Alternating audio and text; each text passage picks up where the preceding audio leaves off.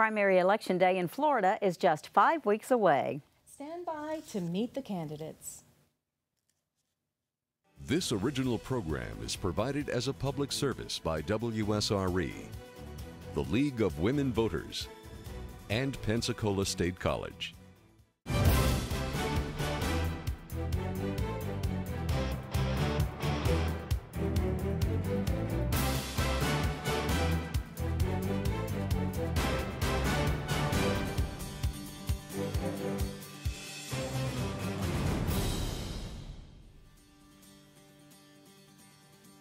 Good evening and welcome to Rally 2014. I'm Drexel Gilbert with WSRE TV. And I'm Sandra Averhart with WUWF Public Media.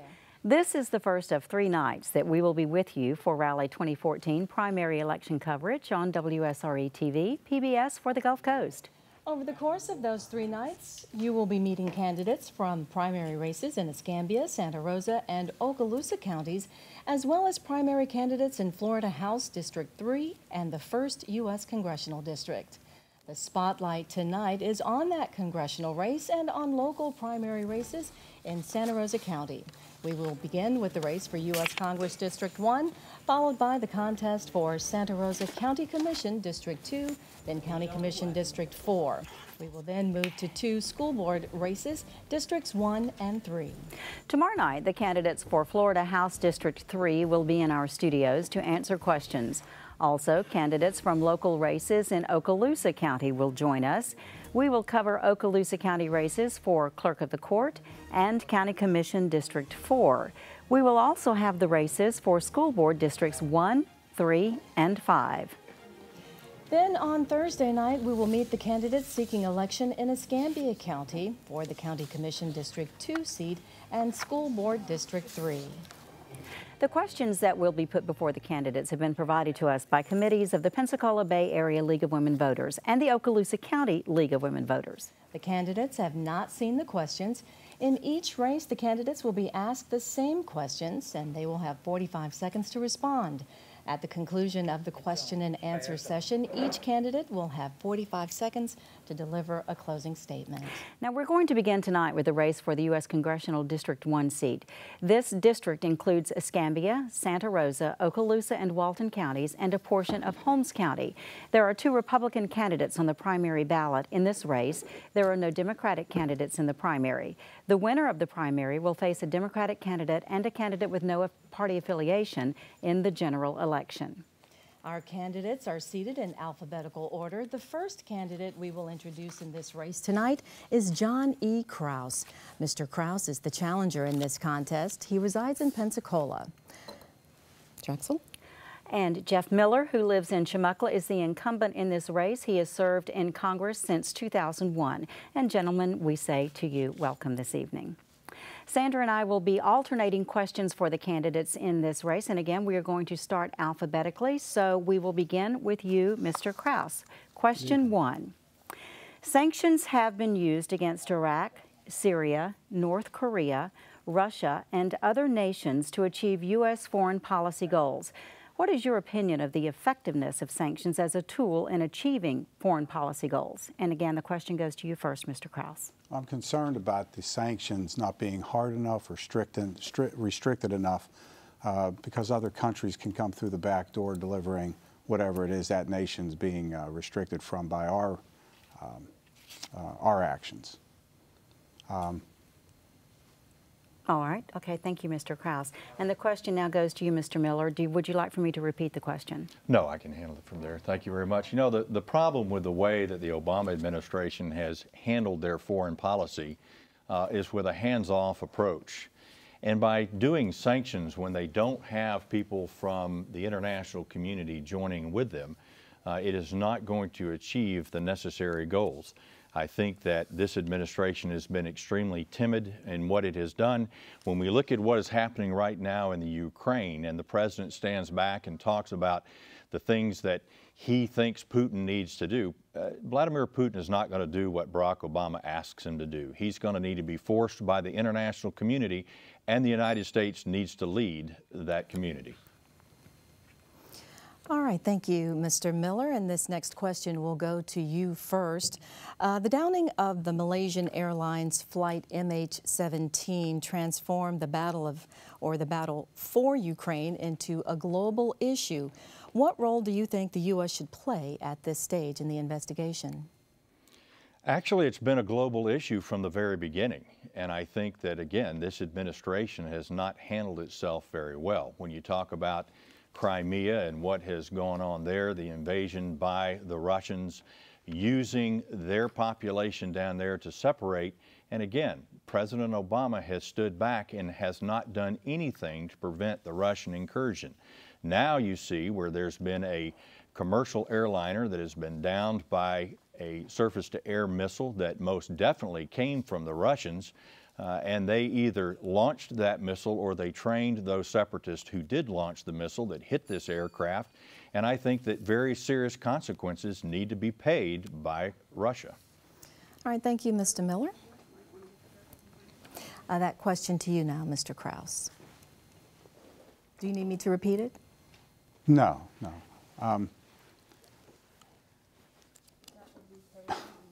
Basically, well, I'm just going to spit it out.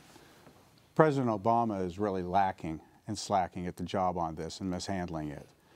We need to be involved in an outside standpoint, overseeing the investigation and getting to the bottom of everything that was going on. How did these people get such weapons handed to them on the ground that could take down a civilian aircraft? We've got to look at all those factors and everything.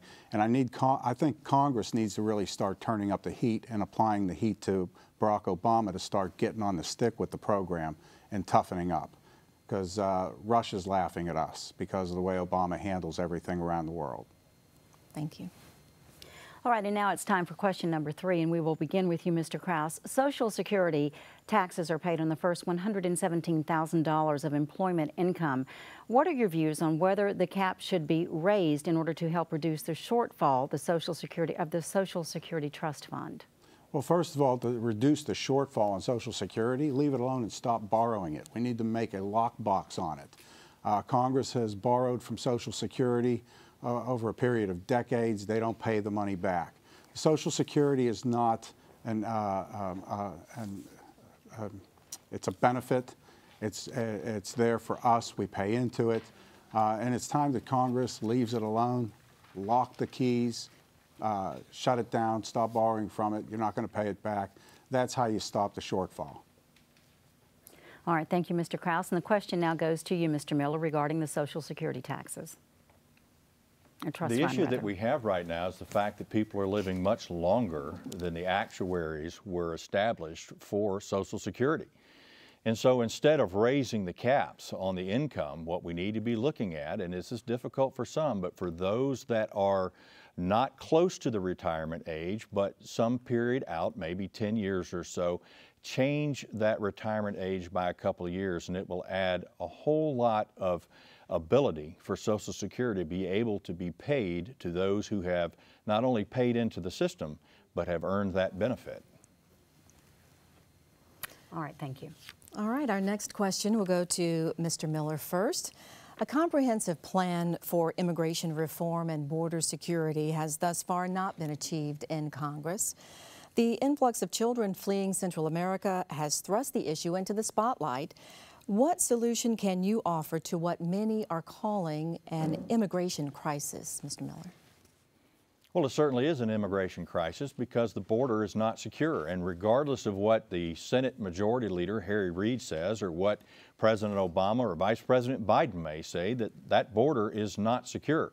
I have advocated for many years that we need to be able to put the National Guard down along the borders to be able to keep those who are coming into this United States illegally. The problem that happened with President Obama giving the executive order in 2012 sent a signal to many young people in the central part of the Americas to come to the United States. If they are able to get across the border, they in fact will not be sent back, and that is the fear that a lot of people have, is that once they get here, they'll stay inside our country. Thank you. And now this question to you, Mr. Krause. What solution can you offer well, to first of all, the solution is having Congress and congressmen that don't sponsor and co-sponsor bills like the Enlist Act. We need a Congress that's going to stand up strong. We've got to secure that border. We've got to get it shut down and make it impenetrable from anybody coming in illegal. We've got to get the National Guard out there, but are the National Guard going to be people that are illegally here enlisting into the armed forces, getting automatic amnesty? That's a bill that my opponent has co-endorsed and then withdrew it. And I have issues with that. You can't talk about anybody securing the border until Congress gets a grip on it and shut it down. Thank you.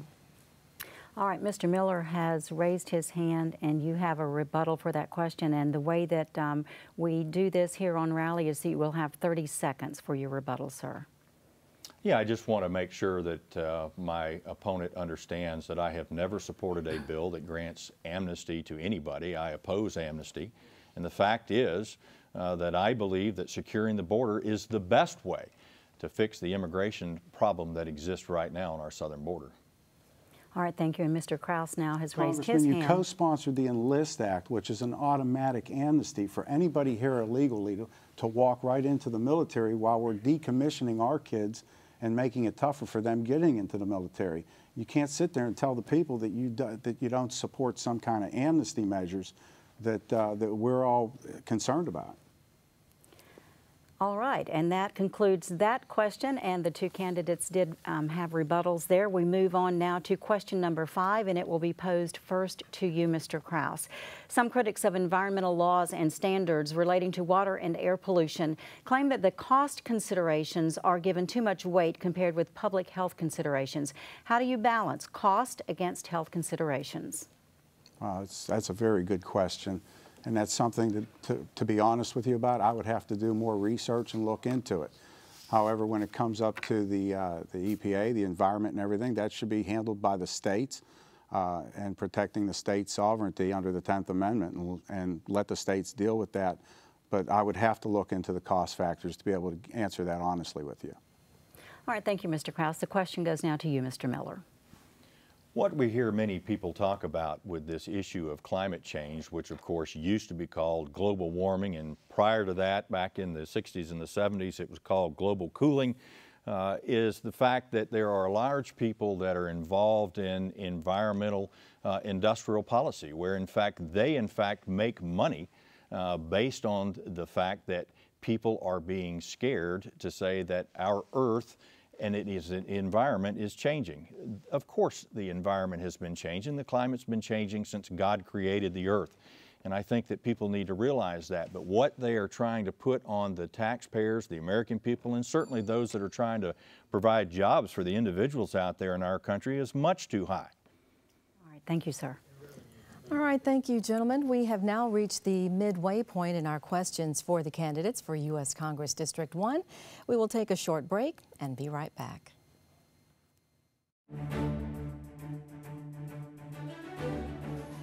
There's nothing more important to our democratic process than having an informed electorate voting on Election Day.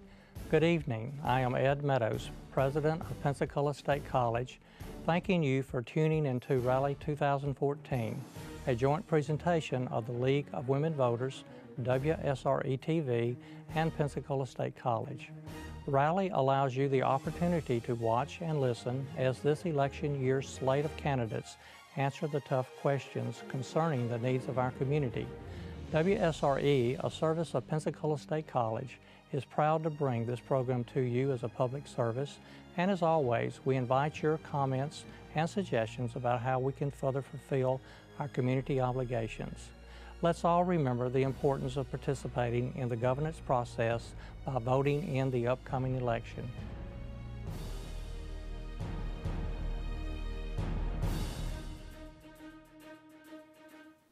Welcome back, and it's time now to resume posing questions to the candidates for U.S.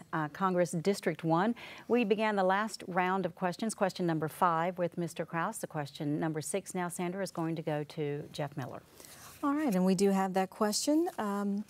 To you first, Mr. Miller. What do you recommend Congress do to help VA clinics and hospitals provide medical care on a timely basis to the large number of veterans who need medical treatment but are now required to wait long periods for appointments? Give the veterans the choice as to whether or not they want to stand in line and go to the Department of Veterans Affairs facility or to go outside into the private market. The problem with VA has been that there's been no competition, so the doctors that work there right now do not see as many patients as doctors see on the outside. Their panels are about 1,200 patients when a physician in the outside will see 2,400 to 2,500 patients a year. I think choice and accountability are the two most important things right now that the Department of Veterans Affairs needs. Choice for the veteran to go where they want to go, when they want to go, and accountability to fire the employees that fudge the numbers and don't tell the truth. And to you now, Mr. Krause, what are your thoughts? What do you recommend Congress do to address this issue of timely medical care for our veterans? First of all, you have to have oversight. There was no oversight. 13 years, I'm sorry to say, Congressman, where were you for 13 years? Now it's an election year. Now we have oversight. Now we have people starting to step up and get the rap for lying to Congress or lying to this one. It's the hospitals are functioning. It's the VA administration. You were supposed to oversee what was going on, accountability. I would have reports quarterly with all the directors from across the country on where the money's going. There better not be a miscellaneous. I think the veterans should have a card. They walk into any emergency room, any pharmacy, swipe the card, and let the benefit program figure it out, just as we have with Blue Cross and Blue Shield. All right, thank you, Mr. Krause. And we have a rebuttal from Mr. Miller on this issue. We wouldn't be talking about the issue that has been in the forefront of the media if it had not been for the oversight that has been provided by the House Committee on Veterans Affairs. I've been chairman of that committee now for 3 years, and I don't know what caused the national media to get involved, but we've had oversight since I became the chairman in 2010. The issues were not just health care related, they're also disability related, and I will tell you that there's some other issues in regards to illegal contracting. So oversight is critical.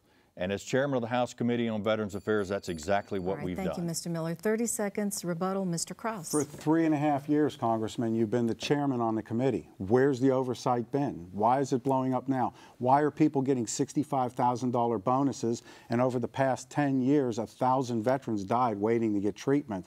Where's the watch at? Where's the oversight? We haven't seen you. We haven't heard from you. We're disappointed, and if that's oversight, what's going to happen after an election? You get reelected, you go back into the abyss, and we don't see or hear anything again.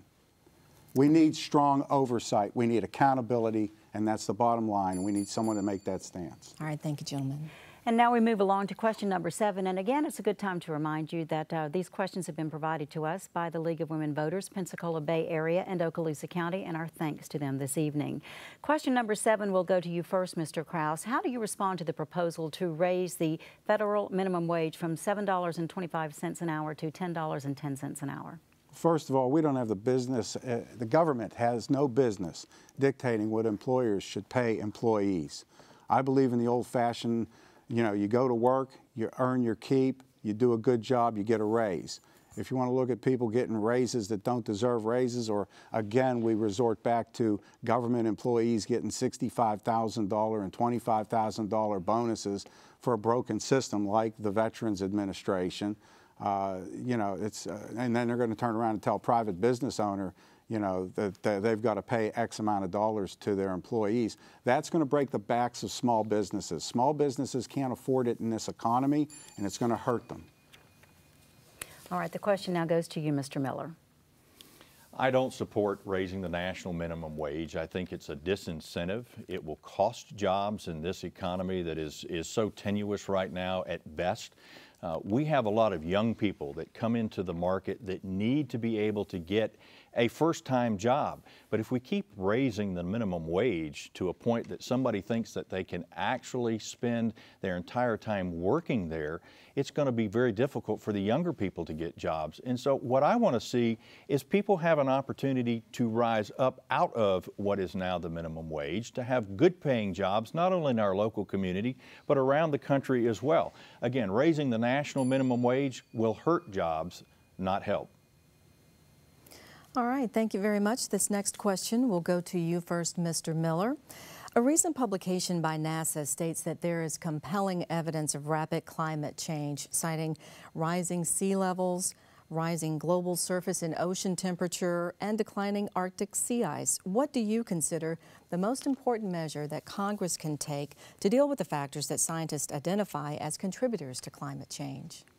I think the first thing that we need to all agree on is the fact that this is not settled science. There are some that say that humans are causing the climate to change at rates unlike changes have ever occurred before, and I think that they are wanting us to spend trillions and trillions of dollars to stop this. The fact is, as I've already said tonight, the climate has been changing since the Earth was created.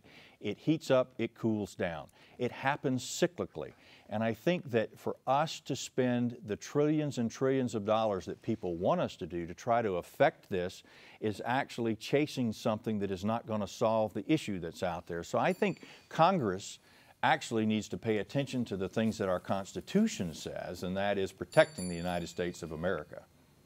And to you now, Mr. Krause, what do you think Congress should do? What do you consider the most important measures that Congress can take to deal with factors that scientists identify as contributors to climate change? Well, I think we need to leave the science up to science, and Congress needs to take care of their constitutional responsibilities to we the people.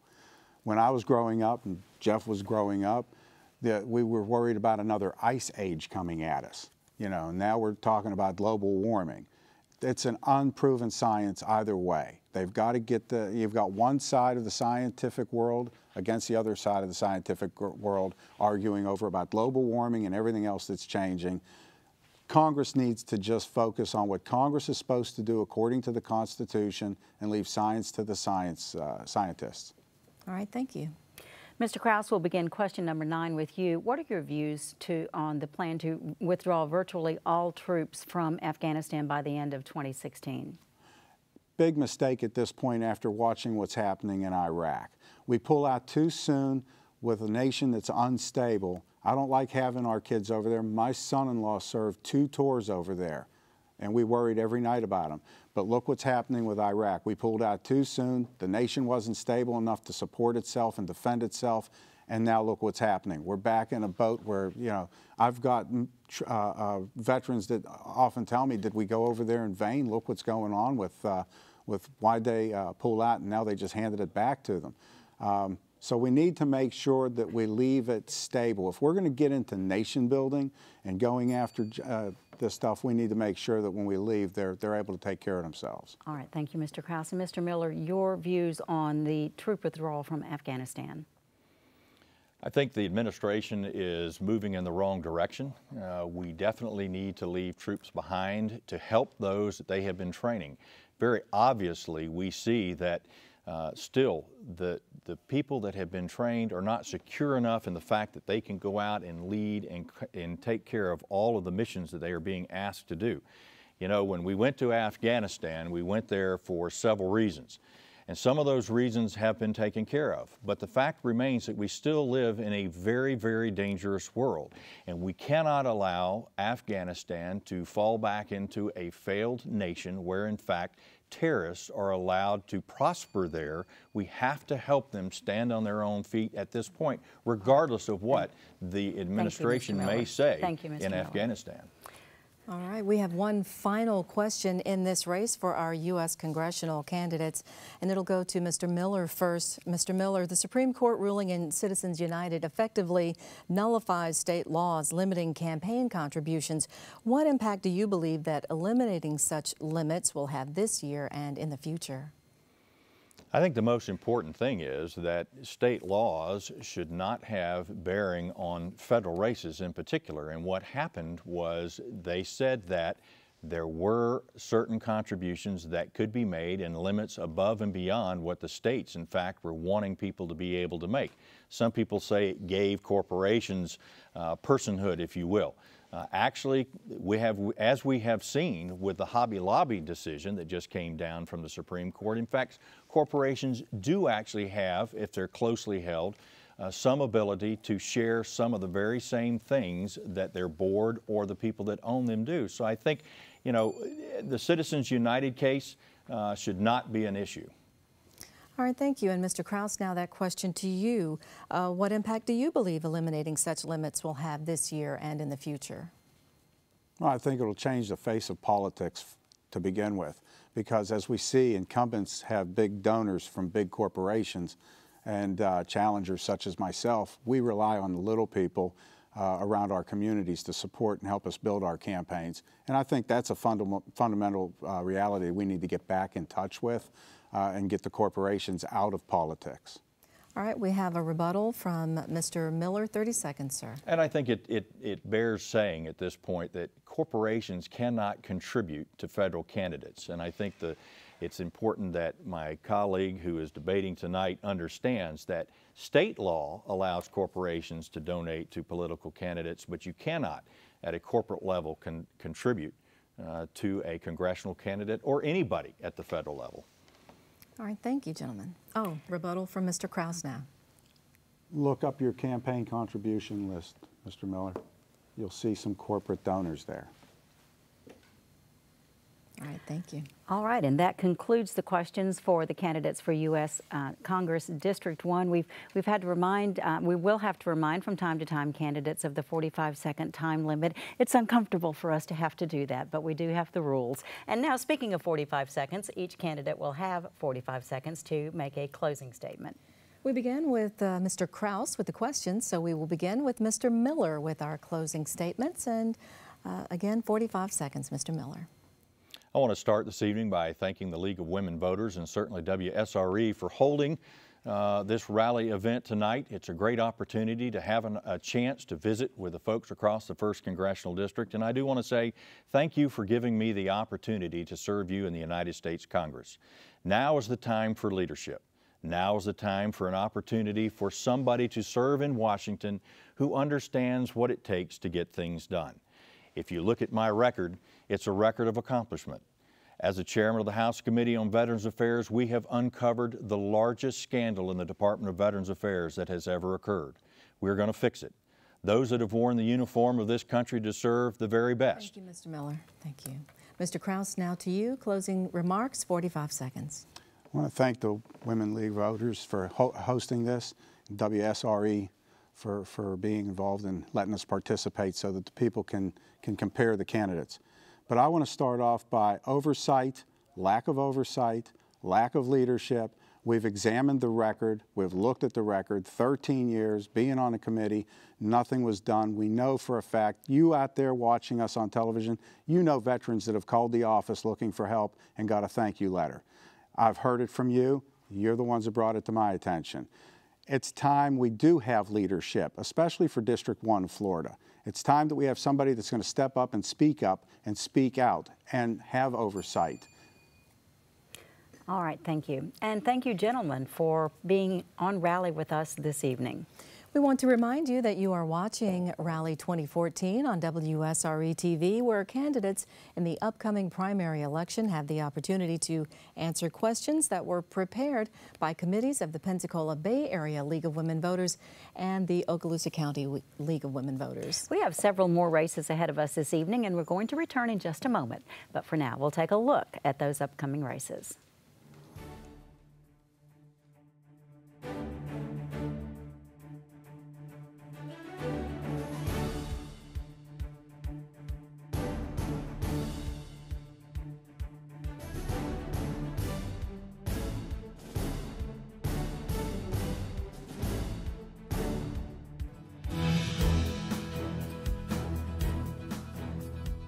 Thanks for watching this year's rally event on WSRE TV.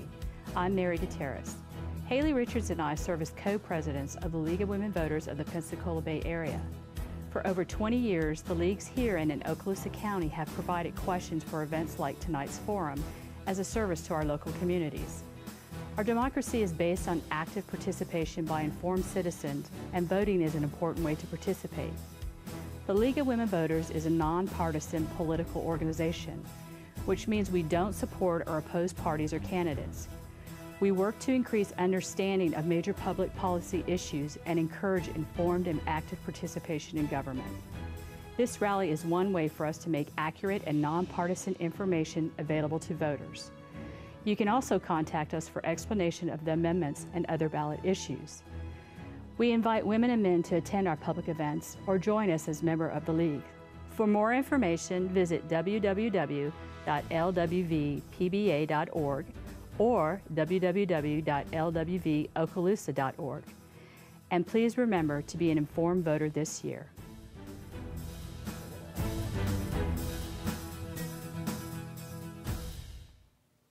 Welcome back to Rally 2014 on WSRE TV, PBS for the Gulf Coast. This is the first of 3 nights this week where we will be introducing you to candidates in Escambia, Santa Rosa, and Okaloosa counties. Next up are candidates from 4 races in Santa Rosa County.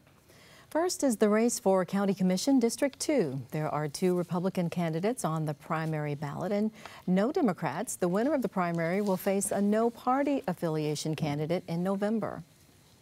The 2 Republican candidates are, in alphabetical order, Bob Cole and Jim Melvin.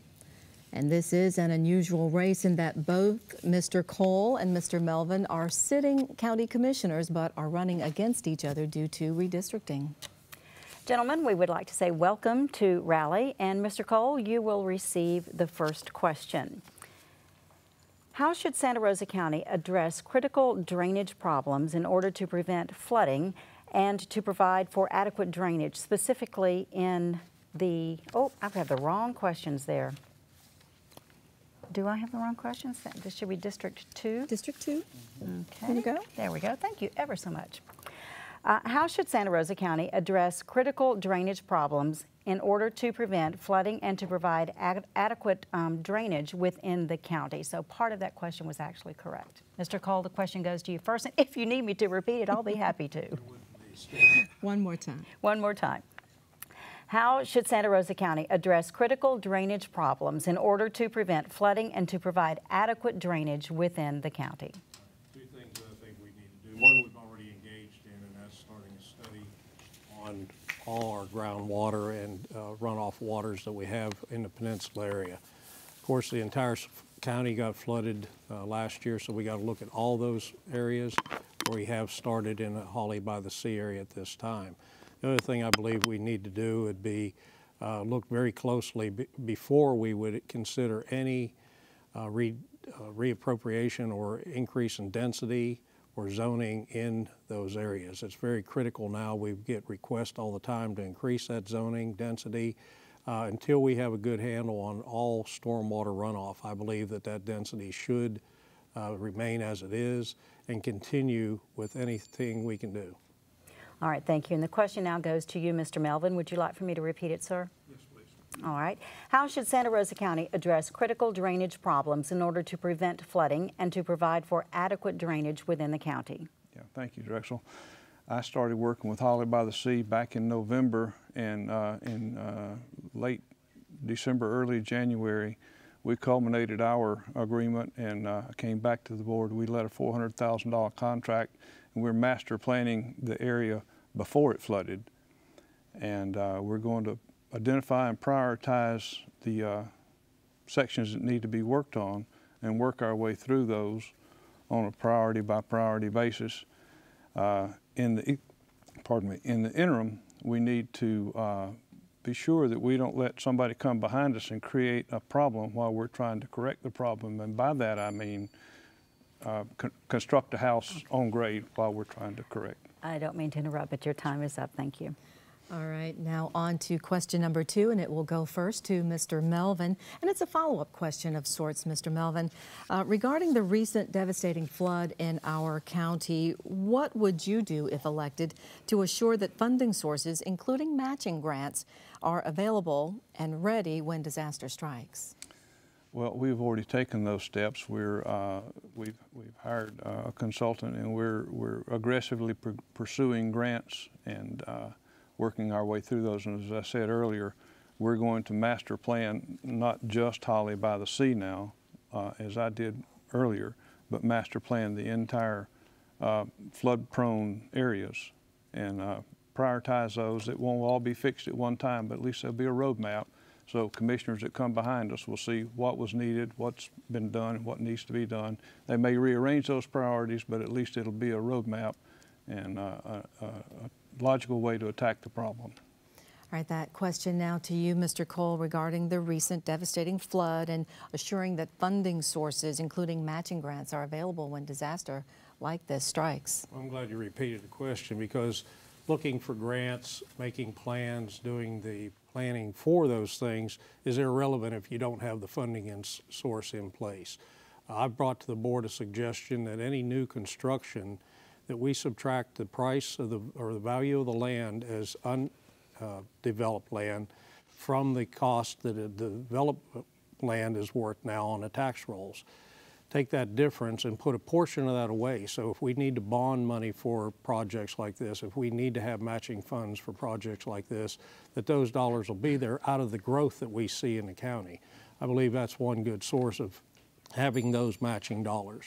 All right, thank you. And we do have a rebuttal request from Mr. Melvin. Yeah, it's not as much as a rebuttal as just a clarification.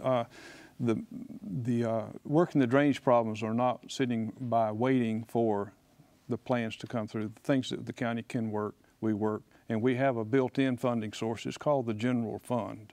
So we might have to reprioritize some of our priorities in Santa Rosa County, but that's the immediate source of funding for our flood problems until the grants can come in.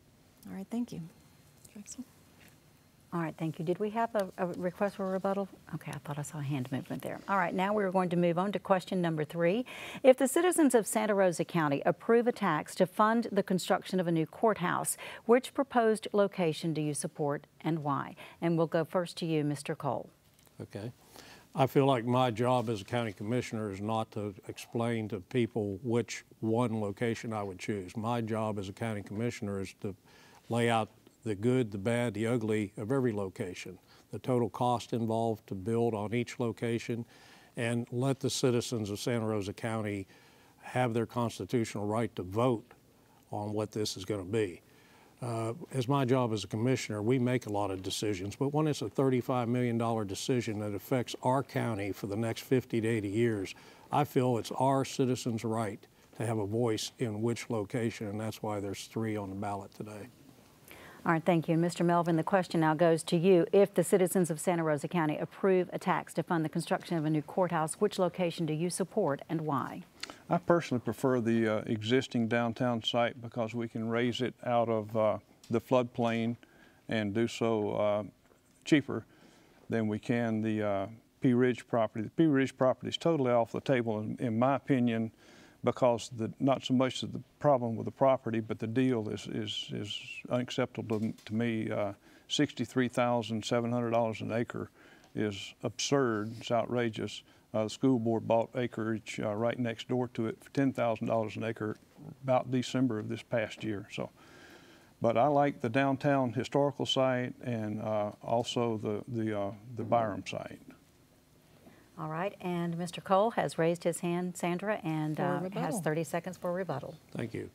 Although the site on the west side does seem like it's an expensive piece of property, I hope the citizens will take a look at all the items on the west side and all the different properties. The west side property was appraised, and the price that the county has set forth is below the appraised value of the property at this day. All right, thank you. And Mr. Melvin, you also have raised your hand for rebuttal. You, sir, have 30 seconds. Thank you. And the appraisal was based on the contract signed by the Milton Crossings LLC that basically stepped into the middle of the deal, and they haven't purchased the property yet. They have a contract to purchase the property, and the appraisal was based on the contract to purchase the property. So it doesn't change the real value of the property. The real value of the property, in my mind, was set by the school board when they purchased the 40 acres that they bought and paid $10,000 an acre for. You can stand on their land and almost hit what we're talking about with a rock. All right, thank you. Our next question, we'll talk a little garbage collection here, and it'll go to you, Mr. Melvin, first. What are your views regarding having a single franchise garbage collection serve a specific area of the county? That's a single franchise garbage collection serve a single or specific area of the county versus having multiple franchises serve a specific area of the county. In my district is one of the 2 test districts, and I have a single server in my district, in District 4. It works well. It takes a lot of heavy traffic out of the subdivisions. It doesn't break up the roads. It gives you one hauler to identify when trash is strode left on the road. I'm not sure the concept works for entire Santa Rosa County. It works well in my district, and it works well in Commissioner Lyncher's district, which is contiguous to mine and goes down to Gulf Breeze. But when you get into the central northern parts into the rural area, I'm not sure that it would be cost feasible for a single carrier, and it certainly wouldn't fit the lifestyle.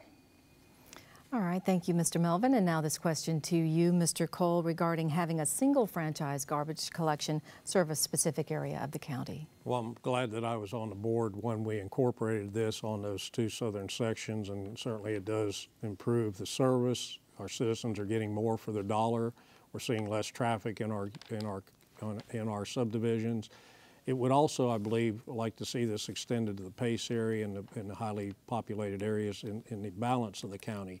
And certainly I want to protect the small haulers, because we have several of them out there in the rural areas that need that protection. The mom and pops do need to have the ability to stay open. But I think in the larger populated areas, we need to have this service extended. I've had people in the Pace area and in some other areas of the county that actually ask why they didn't get included in that. So I'm looking forward to extending it. All right, thank you. All right, and now the final question for this round in Raleigh goes first to Mr. Cole, and we would ask you, the initial strategies to provide public transportation in Santa Rosa County were not successful. What strategies would you implement to address public transportation for elderly, disabled, college students, and others? We must look at a much more cost-effective means to run a large bus, and these weren't large, but they were gas-guzzling buses that cost a lot to run. The citizens that used them were very few. The actual cost of the citizen of Santa Rosa County was almost 3 times what that of the person that was riding the bus, and that's one of the reasons that I chose to made the vote to discontinue the service. I do see the need out there. We need to study it more. We got to work with other transportations. I've had the idea often that why don't we just subcontract the taxi cab companies? They're already in that business. If we have the money to make those expenditures, then why don't we use somebody that's already in existence instead of reinventing the wheel? All right, thank you. And now the question goes to you, Mr. Melvin. Your thoughts on public transportation in Santa Rosa County? I'm on the Transportation Disadvantaged Board, and those folks certainly need help, and we provide them help. I agree with my opponent as regards just general transportation. Santa Rosa County is a large, sparsely populated area in the north and central part, and in the southern part. This is just a little bit different than Escambia and these other urban areas. I understand the need, but we could work out something with taxi cabs much cheaper, more efficient than an ECAT type system for Santa Rosa County. All right, thank you, Mr. Melvin. And that concludes the questions for Santa Rosa County Commission District 2. Each candidate now has 45 seconds for a closing statement. And this time, Mr. Melvin, we will start with you, 45 seconds. Thank you very much. Been a real honor to serve on the Board of County Commissioners. I'm a native Santa Rosa County, born and raised, went to Berry Hill Elementary, Canal Street, Milton High School, Pensacola Junior College, University of West Florida, and most of you know I spent my career flying airplanes. I've got a bachelor's in business administration, a master's in accounting. I'm a retired Air Force pilot and a retired certified public accountant. My bride calls me a recovering CPA. I enjoy my job very much, and if you'll honor me with your vote, I will not betray your trust and confidence. Please vote for Jim Melvin, 2014 District 2 County Commissioner. And now to you, Mr. Cole, 45 seconds for your closing statement. Well, thank you for hosting us this evening, and thank you to the League of Women's Voters. I've been honored to serve as your county commissioner over these last 12 years. I promised then and continued to work for diligence and work for our citizens on building roads, and I've accomplished that when you look at Avalon Boulevard that should be finished soon after the first of the year. I promised and succeeded in building jobs. We've grown our industrial parks, and today we have buildings coming out of the ground when other counties and cities don't have jobs going on and job growth going on. I promised and succeeded in improving the quality of our life because we took the money and saved money for 12 years to build a covered arena that was so needed in Santa Rosa County. Please vote Bob Cole this year for County Commissioner. Thank you, Mr. Cole. And thank you, both of you gentlemen, for being a part of Rally 2014. And coming up next, a crowded field in the primary race for Santa Rosa County Commission District 4. Rally 2014 continues right after this.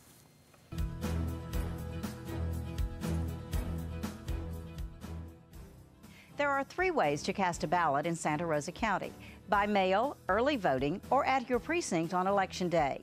To vote by mail, contact the Santa Rosa County Supervisor of Elections office by phone, mail, fax, or email.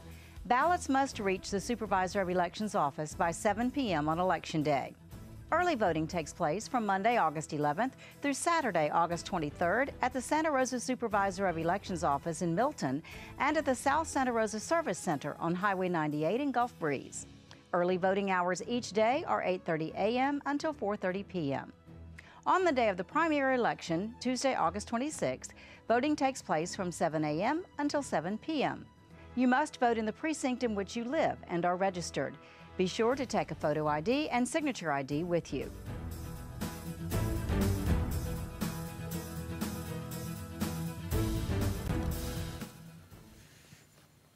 Welcome back to Rally 2014 as we count down to the Florida primary election, which is coming up in 5 weeks on August 26th. Over the course of 3 nights this week, you will have the opportunity to hear from candidates in races in Escambia, Santa Rosa, and Okaloosa counties. We continue now with Santa Rosa County races, and next up is the contest for County Commission District 4.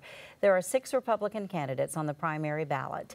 In order, there are 6 Republican candidates on the primary ballot, and the top vote getter will face a Libertarian Party of Florida candidate in November.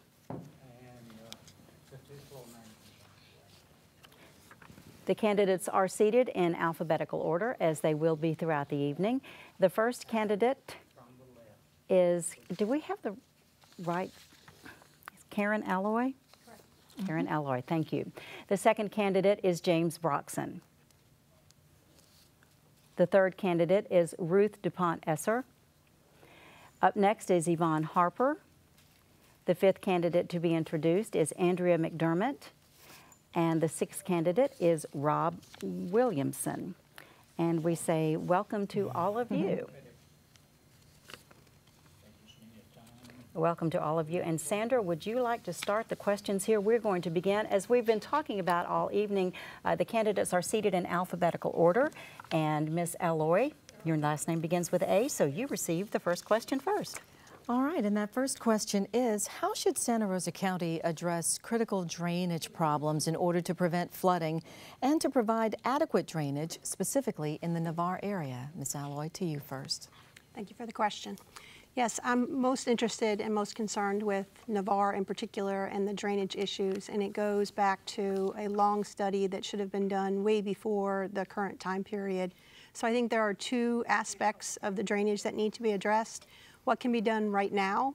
What can be done from the standpoint of fixing emergent situations and with the resources and labor we currently have in the county system? But then the longer term plan really needs to be addressed to understand where the issues are, where the code issues have changed over the years, and where the property that have been left behind in long-term planning needs to be addressed, and from a master plan perspective.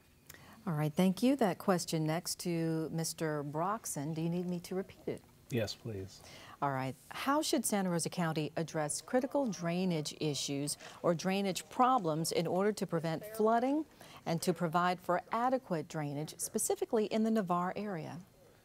I believe that we're already having an engineering firm conduct a study right now for the Holly by the Sea area, but I think it's critical that that study needs to include all of Navarre. We do need to have a short-term plan in place as well as a long-term plan for future growth and future development. And if that means revisiting our land development code, then that's something that we need to do to make sure that when we're building new houses that we're not diverting the flow of water onto a neighbor's property and causing problems that we'll have to readdress in the future. All right, thank you. Now that question to you, Ms. Esser, on drainage issues in the Navarre area. I think that the first thing we have to do is go do a study and see where the critical areas are. We have for years built our homes higher and higher for good reason, without studying the results to those that were left behind in the lower areas. What we need to do is look for any of the parks that we didn't use, any areas that we might be able to create retention ponds. And when we recreate those retention ponds, we should go and create sand chimneys in the bottom of them so that the water has somewhere to go. And we should go into the existing retention ponds that have filtration systems in the banks and discontinue the use of filtration systems, put sand chimneys in the bottoms of those also. All right, thank you very much. On the issue of drainage, that question next goes to Ms. Harper. Thank you. I think an important point that needs to be made is the study needs to be comprehensive. I live in Holly by the Sea, so I'm really grateful that they are working in Holly by the Sea, but there's also a developer who would like to rezone an adjacent property to Holly by the Sea to add additional lots. And how will that then affect Holly by the Sea? How will that affect areas south of 98?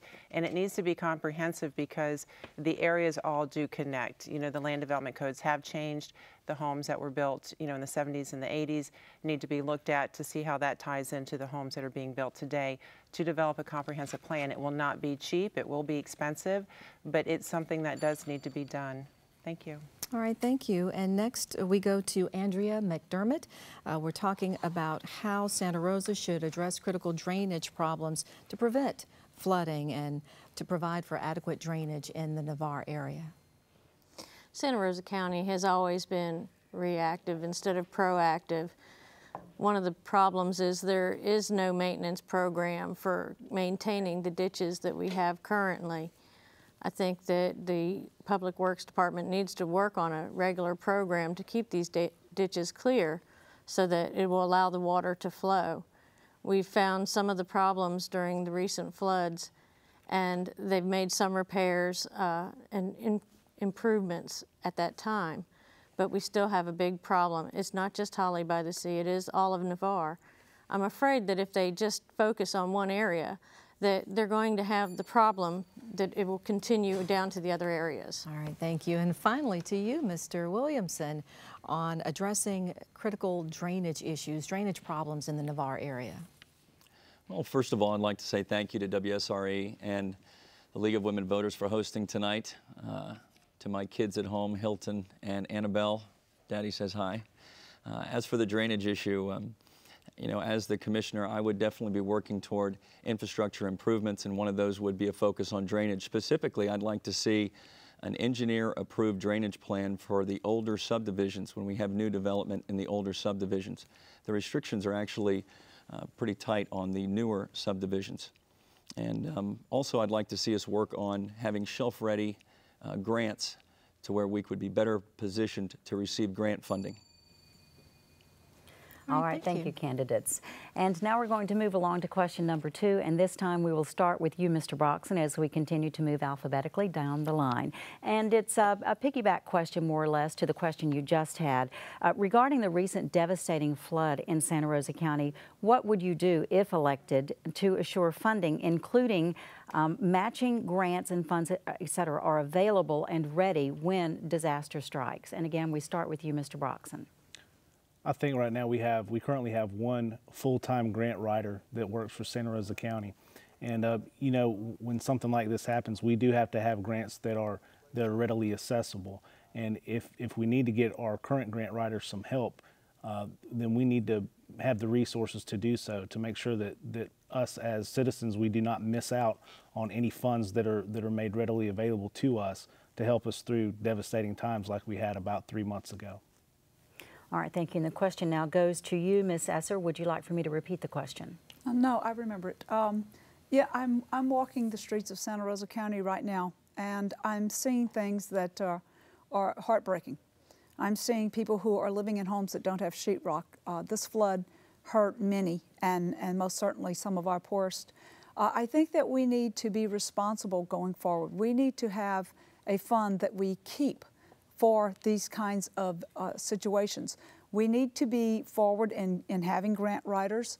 We need to make sure and quickly move to get emergency funds. But we need to always have some money sitting there to deal with these things. We know we have hurricanes. We know we have different events that we need to facilitate, and that's what we need to do, have money there. All right, thank you. And the question now goes to you, Ms. Harper, and it is regarding funding availability and accessibility after disasters such as the recent flood that Santa Rosa County had to deal with. Thank you. This is an interesting question because Santa Rosa County has a history of not preparing for future events. In Florida, it rains, and it rains often. And unfortunately, the Santa Rosa County seems to rely too much on grants. And while that is a good thing to apply for grants, it is important to set aside money for infrastructure, because infrastructure is one of the basic things that government is responsible for. And too often, Santa Rosa County is left in the bag, so to speak, with not having the money because it's not budgeted for long-term, and creating a long-term funding plan for something such as stormwater drainage and the effects of heavy rains, since it will come to Florida at some point, needs to be done. Thank you. Thank you. And now we move to you, Ms. McDermott, and would you like for me to repeat the question? Yes, please. All right. Regarding the recent devastating flood in Santa Rosa County, what would you do if elected to assure funding, including matching grant funds, et cetera, are available and ready when disaster strikes? One of the problems that we've seen in the past is that there weren't any monies in the coffers for matching grants, and the concern was that they couldn't accept certain grants because they didn't have a way to fund the county's portion of it. You need to have a reserve fund. The communities I manage have reserve funds just for certain events and are prepared. And we need to be prepared. We're a county. We can't just let these things go. A reserve fund, I don't think any of my colleagues will disagree with me, is needed, but it's not currently funded to the point that it should be. And we need help writing the grants. If we need to get the Economic Development Committee in to assist with that, that may be something we can do. Thank you. Mr. Williamson, your response now to the question regarding funding during times of disaster. Sure, and I agree with Ms. Esser that, you know, as I've been walking neighborhoods, I've also met Santa Rosa County residents who have all their belongings stacked at the street, and it was an emergency, and I wish that we'd had a greater sense of urgency and treated it as such. I think this is a prime example of why we need to have leaders that can build relationships in Tallahassee to help with grant funding, but also with state and federal dollars.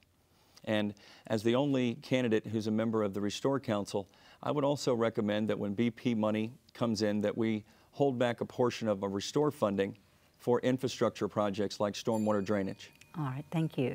And finally, the question to you, Ms. Alloy. Do you need me to repeat it for you? No, thank you. Okay.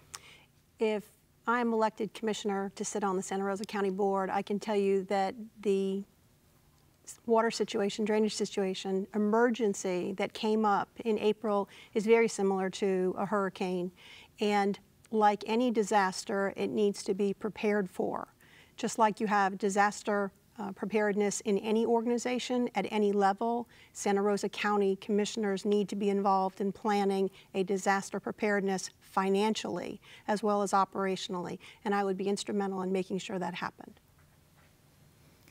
All right, thank you, and we'll move on to our third question this evening, Drexel, and we will begin that question with Ms. Esser. And it's a pretty simple one. What is your opinion of Navarre Incorporation? Well, yeah, the people of Navarre that are for the incorporation say that they are for it because they would like to have more representation. I have a fear that what would end up happening instead of more representation would be just simply more expense, because the other areas such as Milton J and Gulf Breeze that are incorporated have a mechanism by which to fund it, gas, water, and sewer. We don't have this. We would lose all funding from the county for our roads and for our drainage. That would be pretty expensive. And so I have a fear that what we would end up with is our homes and our businesses having a higher tax laid upon them and then actually lose value. All right, thank you. And next now to Ms. Harper on Navarre Incorporation. I have a master's in public policy, so I've studied government quite extensively, and there's not been one time in history where any layer of government has been formed where there's not been higher taxes and more control, and that is my concern. Another concern is that the core group has not been as forthcoming with information as they should be, because this is a serious decision that the voters should decide, and they will in November as a straw poll. But they need to have all the information, because it will increase their taxes and it will cost more. And there'll be some good things that would happen as well, but that will come at a cost. With regards to representation, I believe with the strong county commissioner, many of the issues that are valid that residents have can be addressed at the county level. Thank you. All right, thank you. And now to Ms. McDermott. Tell us your opinion of Navarre Incorporation. Navarre Incorporation seems like a great idea. It's an area that's growing in population, and it needs a core group. Unfortunately, I don't believe that Inc. Navarre has the information out that they need at this time. The feasibility study that they're doing, I think, will show the group of Inc. Navarre some of the flaws in their planning. They want a voice. I've been a voice for 9 years working on the beach and in Navarre for communities, and I'd like to continue being that voice as county commissioner.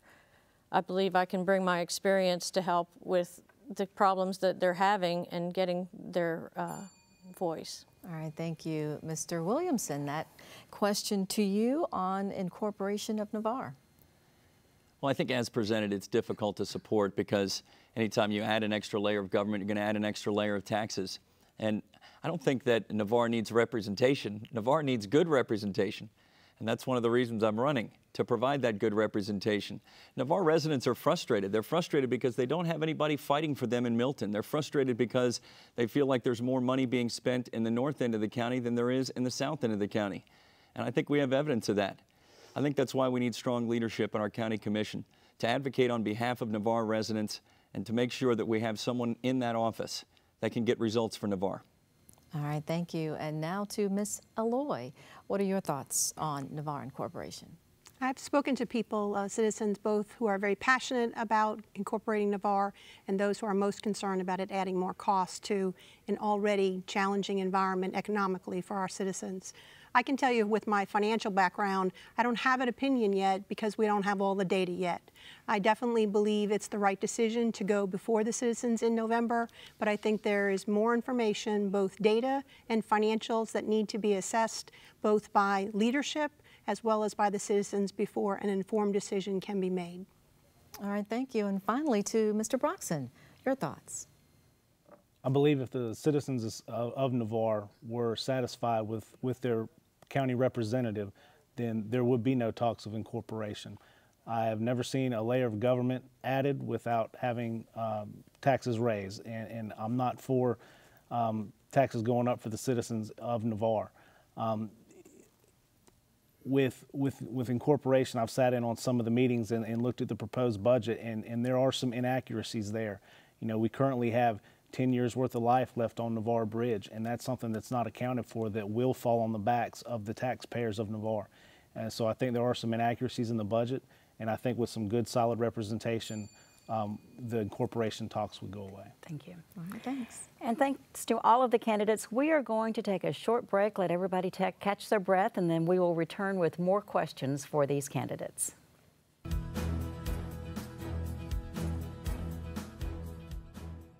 Thank you for watching Rally 2014 on WSRE TV.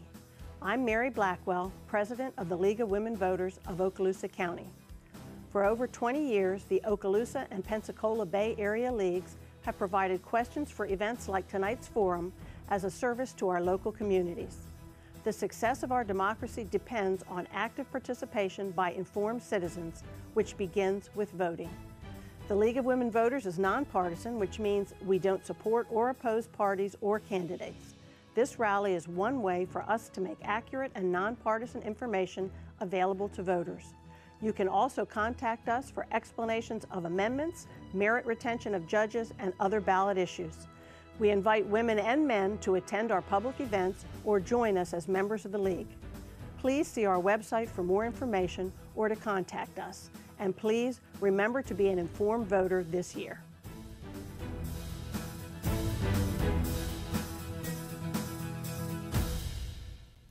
Welcome back. We are now going to resume our questions for these candidates for Santa Rosa County Commission District 4. And moving down the line alphabetically, we will start our next question with Ms. Harper. And it reads like this. Santa Rosa County is expected to receive millions of dollars as part of the BP Deepwater Horizon oil spill, the settlement. What are your priorities for use of these funds? And Ms. Harper, that question to you now. Thank you. I'd like to thank Commissioner Lane Lynchard, who has worked tirelessly on behalf of the Restore.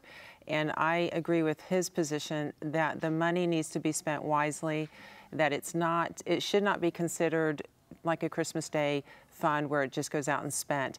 It should not be spent on recurring costs, because if something is, if the funds are used to start a project that will take recurring costs, that money will not be there in the future. So I would work toward using it to create some infrastructure and work toward, funding priorities that the Santa Rosa County has not had the money to fund in the past. But I would also set aside a good portion of it for future projects. Thank you. All right, thank you. And now to Ms. McDermott.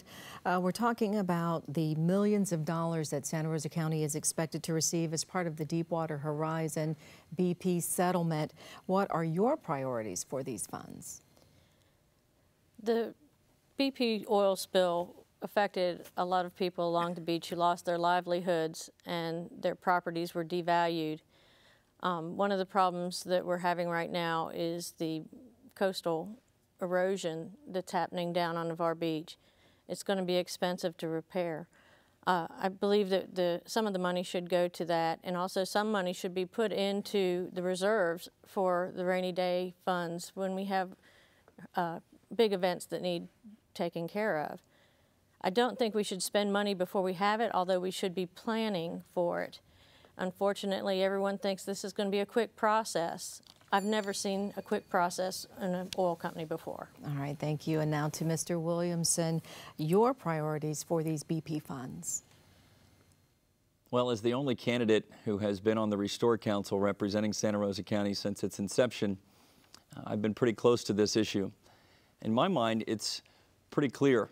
The only reason we're receiving Restore funding is because of Navarre and the miles of coastline that we have. We need to remember that when funding is being distributed. And for me, I believe that any funding that we put out needs to make a generational impact. We need to make sure that we're receiving a good return on our investment.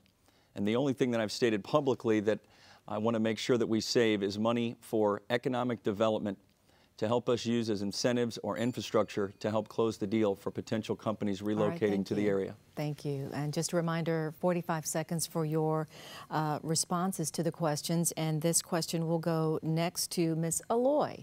We're talking about the BP funds that the county is expected to receive. What are your priorities for these funds? Thank you. From a priority perspective, first and foremost, there needs to be reserve funds set aside out of the windfall. Anytime an organization receives something that is out of its normal budget course, that is a positive influx, it should be reserved for whether it be hurricanes, for floods, or for studies on those types of things. That's the first thing on the list.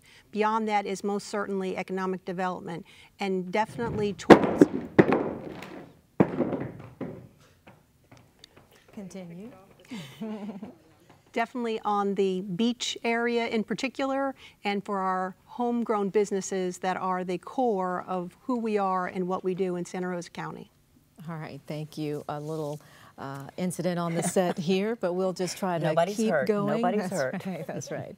All right, and so we will ask this question now to Mr. Broxson. We're talking about the BP money that the county, Santa Rosa, is expected to receive and what your priorities are for these funds.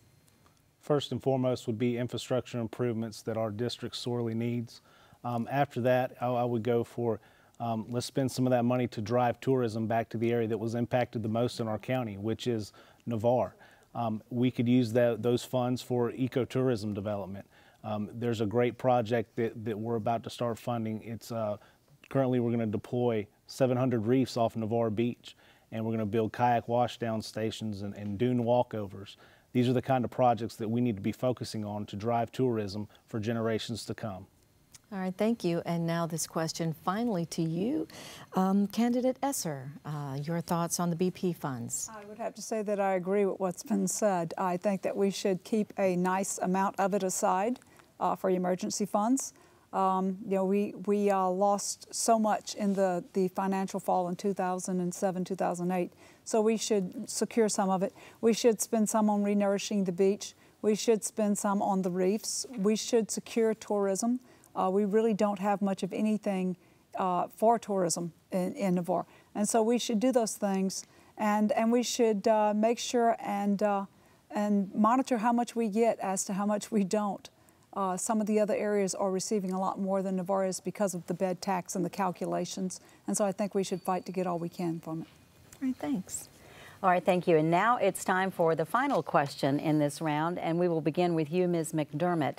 If the citizens of Santa Rosa County approve a tax to fund the construction of a new courthouse, which location would you support and why? I do not support the Pea Ridge area. I believe that property has been sullied by the additional developer who's come in and bought it from the bank. I do like the East Milton. It's convenient to us. It has lots of land to grow. But I also am very impressed with the presentations that are coming up for the courthouse downtown and to redo it. It is our core, and it's where our history is. And to have it there would be great, you know, to be able to keep that in that small area and our county seat, you know. But I always have liked the East Milton site. Okay. Thank you very much. Mr. Williamson, it's time now to ask you the question, your thoughts on the favored location and why for a new courthouse in Santa Rosa County, should the citizens approve a tax to build that? Well, here's where the candidates, or here's where I provide a clear choice for the residents of Santa Rosa County, because I'm the only candidate who's gone on record as supporting putting the courthouse in downtown Milton. And I reached that decision after doing my homework, reading all the support material, talking to over 1,000 Santa Rosa County residents and listening to them. And if you do your homework, and if you talk to the folks in the county, they'll tell you clearly that they want to leave the courthouse in downtown Milton. All right, thank you. And now, Ms. Alloy, your thoughts on the location for a new courthouse for Santa Rosa County. Thank you. Very disappointed with the way the courthouse has gone up to this point. I'm excited as of this morning to know that we have dollars associated with the site preparation for the 3 locations. But I still think there is too much unknown financially as well as operationally to make the best decision. But it will be up to the citizens in November to decide what they would like if they approve the sales tax increase. All right, and the question now goes to you, Mr. Broxson. Would you like for me to repeat it? No, thank you. Okay. I am strongly opposed to the Highway 90 location in Pea Ridge. I do not believe we need to purchase another piece of property. We need to do the financially responsible thing and put it either on Highway 90 in East Milton or at the current downtown location. Personally, I would like to see it at the downtown location for a couple of reasons. One, it's the center of the county, it's the county seat, and another reason would be a courthouse in the downtown area facilitates small business growth in the areas around it, and it is the core of our county. So I think the downtown location would be fine, but in the end it will be up to the citizens of Santa Rosa County whenever they cast their vote. All right, thank you. And now, Ms. Esser, the question to you, your thoughts on a location for a new courthouse for Santa Rosa County. Should a tax to build that courthouse be approved? Well, as long as we've done our homework and made it clear as to which site we're asking them to purchase. However, if we go forward with the existing contract that we have right now on the Pace land, and we choose another site, it appears that we choose then, whether we chose the Pace site or not, to purchase it. And so before we ask the people to put up money for a courthouse, we need exact dollars as to what we're asking them to spend, how long we would need to have that tax for, and the exact location that we're going to ask them to have their courthouse. So I do not agree that we need to ask for a tax when so many questions are still in the air. All right, thank you, Ms. Esser. And finally, the question now to you, Ms. Harper. I've heard the City of Milton residents state that they want to keep it in downtown. Everyone else that I have talked to as I go door to door, be it Pace, Navarre, Gulf Breeze, Jay, they have stated that they would prefer it to be in East Milton. I understand that for many, many years, downtown Milton was the county seat. That so much is not the case anymore. It needs to be looked at long term because Santa Rosa County will continue to grow. The south end will continue to grow. And the property in East Milton allows for that growth where that would be very difficult to accomplish. Although it could be accomplished in downtown Milton, it would be much more difficult to do that than at the East Milton site. I do not favor the site at Pea Ridge. Thank you. Thank you. All right, thank you, candidates. And now, each candidate will have 45 seconds to make a closing statement. Ms. McDermott started the last question, so we continue moving down the line alphabetically, and we will begin the closing statements with Mr. Williamson. And again, you have 45 seconds, sir. To my family at home, Hilton and Annabelle, if you are still up watching this, you're up way past your bedtime. Amy, I love you, and I'll see you soon. To the thousands of Santa Rosa County residents that I've had the unique privilege of meeting as I've walked our county, thank you for sharing your stories with me. Regardless of the outcome of this election, I'm a better man for it. I've tried to give you a clear choice in this campaign. I'm the only candidate in this race that has been appointed to and served in more leadership positions in Santa Rosa County than the other 5 candidates combined, and I'm the only candidate in this race that has supported keeping the courthouse in downtown Milton. I'm asking for your vote tonight and your trust. Good night. All right, thank you now to Ms. Alloy for your closing statement, 45 seconds. Thank you very much for having us tonight, and thank you for the League of Women Voters for supporting this. This is a great time to spend with us citizens from the television. I am a 15-year resident of Santa Rosa County and Navarre. My kids have grown up through the school system. I am a CPA with more than 20 years experience, 25 in large business organizations, which have great strategic planning that needs to come to Santa Rosa County. I'm the passionate voice that you're looking for to be the representation for Navarre. And I ask you in August and again in November to vote for me for your Santa Rosa Commissioner. All right, thank you. And now, Mr. Broxson, you have 45 seconds to deliver your closing statement. Santa Rosa County, and more importantly, the citizens of District 4 need open and honest representation from somebody who has proven to be ethical and financially responsible. I know and I understand the value of a dollar, and I will always be mindful that I'm not spending my own money, I'm spending the taxpayers' dollars. And I will always keep in mind the best interest of the taxpayers of Santa Rosa County when I'm making my decisions. As a small business owner and someone that is raising a family in the district that I hope to represent, I feel I can effectively fill this position and be the voice for the citizens of our county. All right, thank you. And now your closing statement, Ms. Esser. Well, I thank you so much for having us here tonight. I am the state committee woman for the Republican Party. And so with that position, I bring an ability to have a connection to Tallahassee, whereas I go out and meet with the governor 4 times a year at different events. I have an underground utility license, and I owned a large construction company. And so I have a deep understanding of roads and drainage and the very infrastructure needs that you have to take care of as a commissioner. I am very responsible financially, and I have a passion that I care for people. I care about what happens to them. I would be that candidate that you could call at 9 o'clock at night, and I'm going to leave my house and I'm going to come see what it is you need, and I'm going to care about those results. All right, thank you. And now 45 seconds to you, Ms. Harper. Yes, as a Navy veteran and the wife of a 30-year Navy veteran, I am very, very familiar with service and what that means to be in service to others. I also believe that Santa Rosa County needs to be represented, but it needs honest representation. It needs people who will serve on those boards with integrity and not in unethical manners. And to that end, all I can say is that I will promise to ensure that the law is upheld, that codes are not broken, and that individuals, if I'm elected, that I appoint to zoning boards or to any other committee, that they serve within the law and that they don't serve in violation of the law. And to that end, I'd like to read this by John Adams. Truth and right are invariably the same in all times and in all places, and reason, pure unbiased reason, perceives them alike. Thank you. Thank you.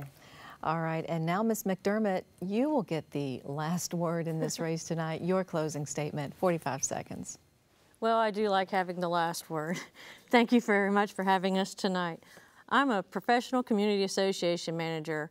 I started this process in 2005 after retiring from ExxonMobil Corporation, so I have that corporate industrial experience. As a professional community association manager, I manage communities. I deal with it every day.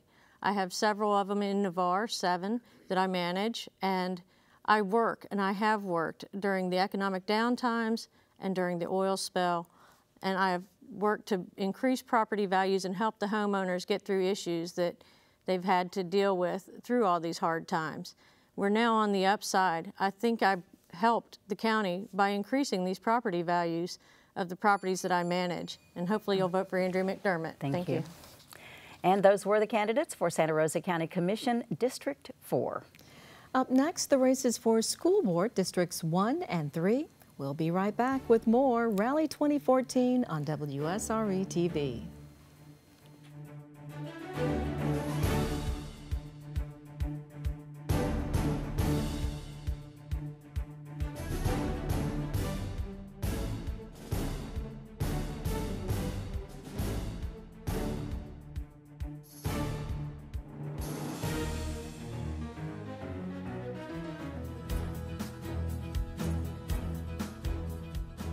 There are 3 ways to cast a ballot in Escambia County: by mail, early voting, or at your precinct on Election Day. To vote by mail, contact the Escambia County Supervisor of Elections office. You can write, phone, fax, email, log on to their website, or ask in person at the Supervisor's office on Palafox Place in downtown Pensacola. Ballots must reach the Supervisor of Elections office by 7 p.m. on Election Day. Early voting takes place from Saturday, August 16th through Saturday, August 23rd at the 7 locations listed on your screen. Early voting times are 8 a.m. until 5 p.m. each day. On the day of the primary election, Tuesday, August 26th, voting takes place at your polling location from 7 a.m. until 7 p.m. You must vote in the precinct in which you live and are registered. To verify your precinct, log on to escambiavotes.com. Be sure to take a photo and signature ID with you.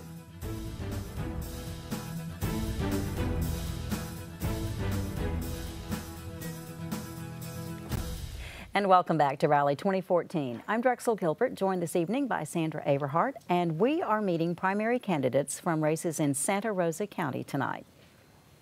Tomorrow night, we will hear from candidates for House District 3, which covers Santa Rosa County, and also Okaloosa County candidates. And Thursday, you'll hear from primary candidates from Escambia County. Now, up next is the race for Santa Rosa County School Board District 1. There are 2 candidates. This is a nonpartisan race, and so the winner of the primary will be declared the winner of the seat. And it's now time to meet the candidates. Up first, alphabetically, is Sandra Nicely. And our second candidate in this race is Diane L. Scott. Welcome to both of you. All right, I'll have the first question, and it will go first to you, Ms. Nicely, in alphabetical order. Given limited funds of the school board budget, what are some of the specific ways that you would propose to stretch tax dollars? Oh, I believe that we can stretch tax dollars by involving the community. We have a magnitude of volunteers that are available that can be done, things can be done that we would not necessarily need to spend the funds on. We can also have a bit of an electricity reduction charge this year. So there's several different things that can be done to switch and change and reduce the costs. All right, thank you. And now that question to you, Ms. Scott. What would you propose to stretch tax dollars? I would propose that we do much of what we have already been doing for the last few years. We've partnered with our state colleges. We've partnered with some of our business communities to extend the offerings of courses that we have in our technical school, in our high schools. We've also partnered at the elementary and middle school level to be able to provide mentors. All of those things extend what we can do and what we have to pay for in the classroom. And they also make our schools a better quality because it involves the whole community. All right, thanks. And it's time now to move to question number 2. And we will begin this time with Ms. Scott. Ms. Scott, we would like for you to please discuss the advantages or disadvantages of non-academic school services being contracted to the private sector. Okay. We have 3 existing contracts right now, major contracts. We have some other smaller ones. We contract out our food services, our transportation, and our cleaning of the schools. And those are services that are better done by companies that specialize in that area. And we did our stuff in-house for many years, but we have found it to be much more cost-effective and much more efficient. We've saved millions of dollars as we've contracted out these types of services. All right, thank you. Now the question goes to you, Ms. Nicely. If you would please discuss what you believe are the advantages or disadvantages of non-academic school services being contracted out to the private sector. Well, as a bus driver, I am part of the Durham contract. So I see advantages in being able to have someone, as Ms. Scott referred to, that does this professionally and for a living. With that being said, companies who are in this for the business of making profit, I think we need to readdress that. I think we need to make sure that the profit margin is not surpassing our budget level or the services that are being offered. All right, thank you, Ms. Nicely. And now, Sandra, you are going to begin question number 3 with Ms. Scott. All right, and actually question number 3 to Ms. Nicely first. And we'd like to remind you right now that you're watching Rally 2014 here on WSRE TV, and the questions were provided to us this evening by the Okaloosa County and Pensacola Bay Area League of Women Voters, and I guess in this case the Pensacola Bay Area chapter. Now to the question for you, Ms. Nicely. In the wake of recent reports on the number and the increase in the number of school shootings in the news, what safety measures would you support to make schools safer? Let me read that again for you. In the wake of recent reports and on the increase in the number of school shootings in the news, what safety measures would you support to make our schools safer? Part of our budget is a 3-part budget. Part of our budget is specifically for buildings and upkeep and that sort of thing. What I would like to see and would be willing to investigate and do on my own would be to find out what we can do to add security systems to the schools. There are schools across the nation that are installing metal detectors or security factors that once the students are in the schools are literally shut down, which of course do not violate the fire marshal's rules because they have ways of uninstalling that quickly if necessary. And there's also ways of Sorry. Thank you. All right, this question now to Ms. Scott. What are some of the safety measures that you would support to make our schools safer? Well, we're very fortunate because we already have school resource officers. Unfortunately, because of budget cuts, we have had to cut the number of police officers that are in each of the schools, and we have some shared situations. But we also have video surveillance systems in each of the schools, and many of the police departments are wired so that they can actually see and by Wi-Fi can see what's going on the boundaries of our schools and on the grounds of our schools. We have a CEO roundtable that meets biannually, and we explore issues like this to do this as a community response. What I'm not in favor of is arming people in the schools. We've seen that to be detrimental because you can't tell who the good guys are when everybody has a gun. Thank you. And it's time now to move on to question number 4. We will begin with Ms. Scott. And a reminder that our candidates are given 45 seconds to answer a question. And when you're in that chair answering questions, those 45 seconds go by very, very quickly. Question number 4 to you, Ms. Scott, first. Given that development of new industries has been named a priority for Northwest Florida, how will you encourage educational policy to assist in economic growth? We have done this already and continue to do this. This is some of our partnerships with our workforce programs out of Laughlin Tech, but also out of our high schools. And we have programs that are in the middle schools that help students to identify their interests and to put them on career paths. Some of our students are going to go into industry certification programs, some will go to college, some will go straight into the workforce, but we want to prepare all of our students to maximize their potential whichever direction that they want to go. All right, thank you. And the question now to you, Ms. Nicely, given that development of new industries has been named a priority in Northwest Florida, how will you encourage educational policy to assist in economic growth? I think we have a very good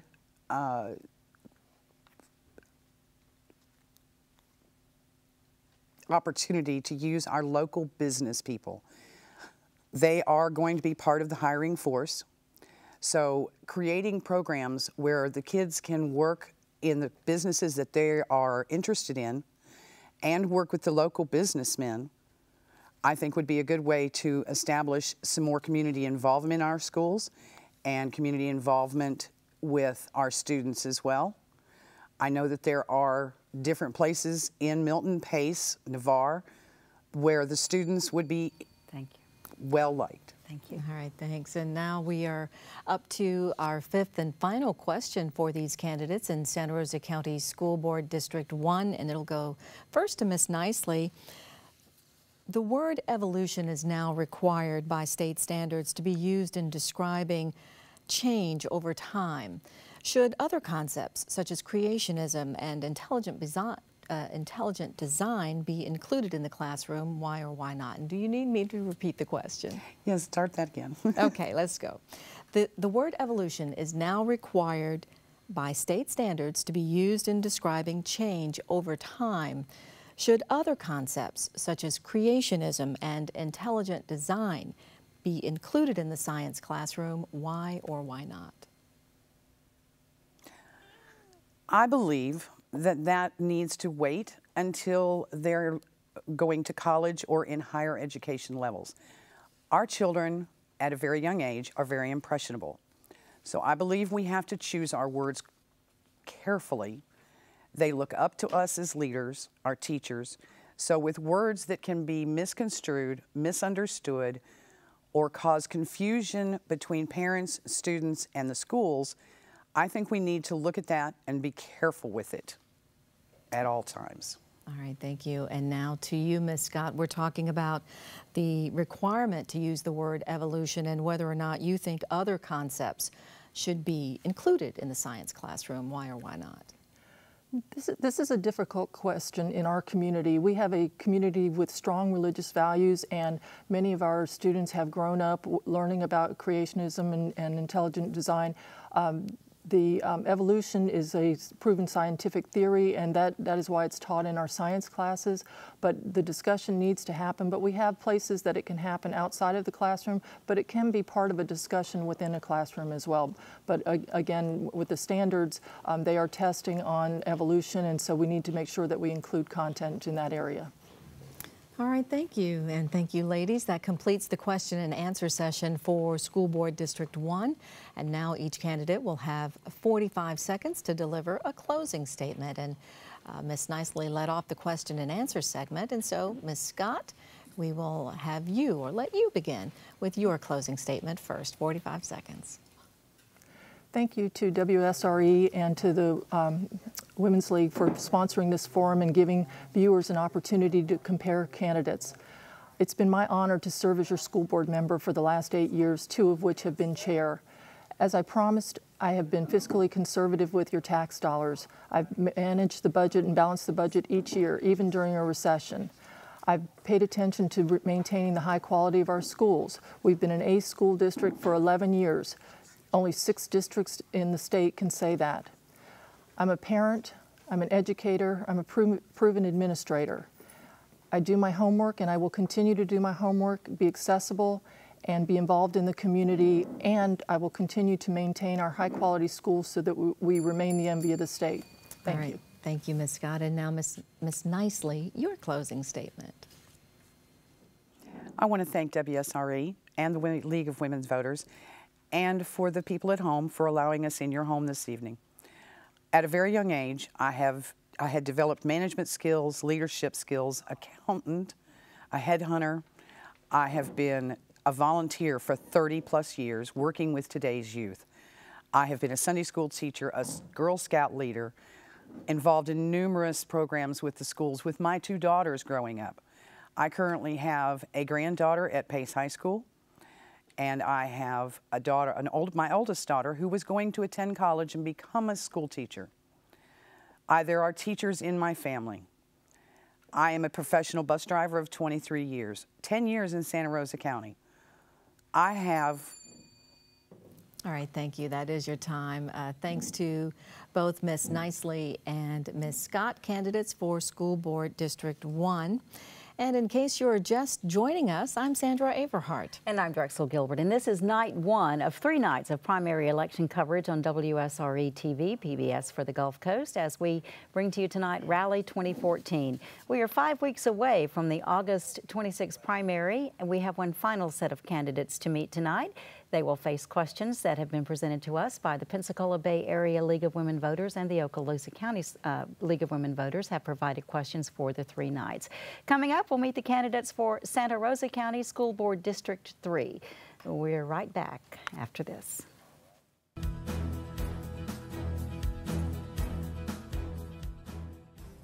There are 3 ways to cast a ballot in Santa Rosa County: by mail, early voting, or at your precinct on Election Day. To vote by mail, contact the Santa Rosa County Supervisor of Elections office by phone, mail, fax, or email. Ballots must reach the Supervisor of Elections office by 7 p.m. on Election Day. Early voting takes place from Monday, August 11th through Saturday, August 23rd at the Santa Rosa Supervisor of Elections office in Milton and at the South Santa Rosa Service Center on Highway 98 in Gulf Breeze. Early voting hours each day are 8:30 a.m. until 4:30 p.m. On the day of the primary election, Tuesday, August 26th, voting takes place from 7 a.m. until 7 p.m. You must vote in the precinct in which you live and are registered. Be sure to take a photo ID and signature ID with you.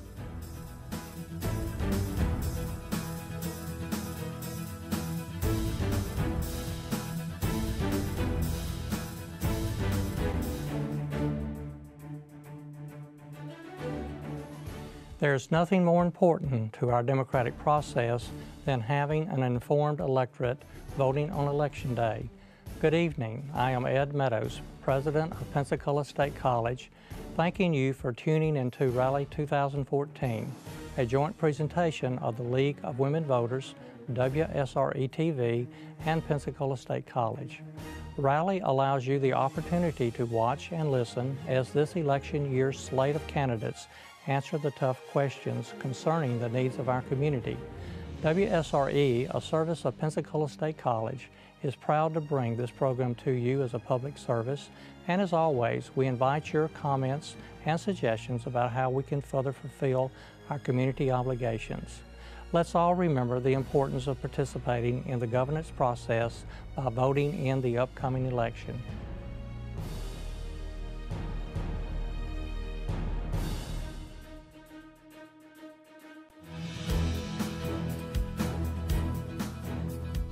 Thanks for watching this year's rally event on WSRE TV. I'm Mary DeTerrace. Haley Richards and I serve as co-presidents of the League of Women Voters of the Pensacola Bay Area. For over 20 years, the leagues here and in Okaloosa County have provided questions for events like tonight's forum as a service to our local communities. Our democracy is based on active participation by informed citizens, and voting is an important way to participate. The League of Women Voters is a nonpartisan political organization, which means we don't support or oppose parties or candidates. We work to increase understanding of major public policy issues and encourage informed and active participation in government. This rally is one way for us to make accurate and nonpartisan information available to voters. You can also contact us for explanation of the amendments and other ballot issues. We invite women and men to attend our public events or join us as a member of the League. For more information, visit www.lwvpba.org or www.lwvokaloosa.org. And please remember to be an informed voter this year.